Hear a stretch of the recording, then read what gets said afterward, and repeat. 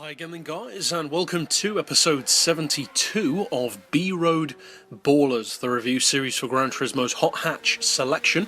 And this particular vehicle is a car which you can kind of feature in a couple of different categories. It is technically a classic, being as it is an 80s vehicle, but it is also kind of a coupe, a hatchback coupe if you will, and also kind of a regular hatchback. It's sort of a middle ground between the two, as some vehicles are. Another vehicle which I would say kind of straddles that same line between coupe and hatchback would be the Honda CRX.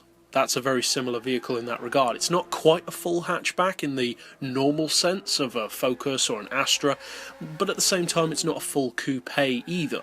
So there are some vehicles which are kind of in that middle ground, and I would say that this vehicle, the Isuzu Piazza, is one such vehicle.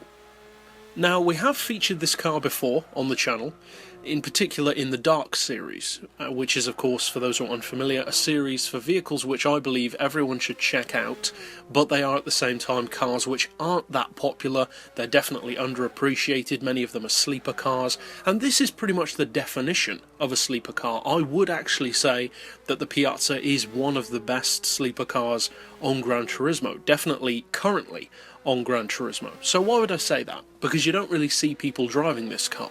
In fact, you don't see that many people driving most of the Isuzu models. You've got the 4200R, which has obvious appeal, but the other three, not so much. I'm personally not a huge fan of the Isuzu Bellet.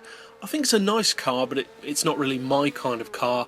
I like this car in terms of what it's capable of, but again, I wouldn't say that I love this vehicle. It certainly looks dated, but not necessarily in the best way, and my particular favourite Isuzu by far would have to be the 117. I absolutely adore that car. It's one of my favourite cars in the game. Now, this particular model is actually even quicker than the 117 and the Bellet, because fully tuned, this car's 2-litre turbo engine, or technically a 1.9, it's a 1949cc engine, so it's a fraction under what you could technically call a 2-litre, so it's kind of in between a 1.9 and a 2. But anyway, that engine fully tuned puts out 366 horsepower, 278 foot-pounds of torque, and in a vehicle that only weighs 996 kilos, guarantees strong performance. Now, the horsepower per tonne is 367, which is a lot higher than you'd expect a vehicle like this to be. That's actually more like higher end hot hatch territory, so pretty impressive for a car, certainly a car that looks like this. Now, the price on this model is just under 25 grand, so it's not necessarily as dirt cheap as you'd probably assume it would be. You'd probably look at this car and expect it to cost maybe 10 to 14 grand. But no, 25 is a decent price for an older, underappreciated vehicle. So the question is, why is it that price? Well, some cars on Gran Turismo are a bit arbitrary when it comes to price. They just have a number seemingly for the sake of it. Is this one such occasion, or is it actually worth the same kind of money as a Nissan Silvia? Because that is the price of this car. Well, actually, yes, I would say that it is worth that price. Now, it's not as strong of an all-round machine as something like a Silvia, of course not, it's not even as quick as one. But the reason why I would say this car is worth buying, even for that price, is because of what this car can do.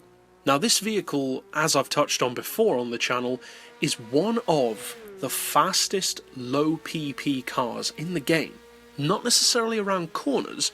In fact, around corners there are plenty of vehicles which can outrun it, but in a straight line, in particular for top-end performance, both acceleration and top speed, this is a very, very strong car. In fact, it's a lot quicker than you'd probably think.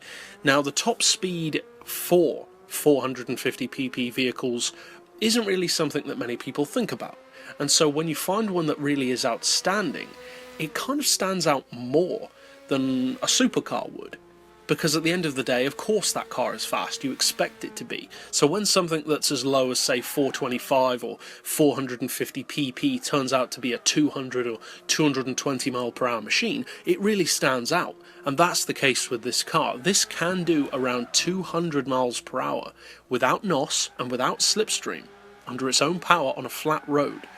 at the 450 pp level. That is really impressive. There are very few cars, in fact, that can actually match that. Now, there are some. I'm not saying that this is the quickest at that level. The Toyota 2000 GT, for instance, can be made to be even quicker than that. But my point is, this is an extremely fast car, and notably, this is an awful lot cheaper than a 2000 GT, as an example. So overall, the package that this car offers, having an extremely high top speed for its PP, a relatively cheap price, total sleeper status, and being, as it is, a very underappreciated car that hardly anyone uses, well, yes, I would say this is actually a fantastic all-round choice of hot hatch. But not necessarily a hot hatch in a traditional sense. This just happens to be a hot hatch that can outrun many hot hatches which are much newer and may even have more impressive numbers, especially for a higher price. So overall, this isn't a car which will necessarily be the kind of car that many people would want to own. It's certainly not a highly desirable vehicle for most people. I personally am warming to it more over time, but I can understand why people wouldn't have any interest in it.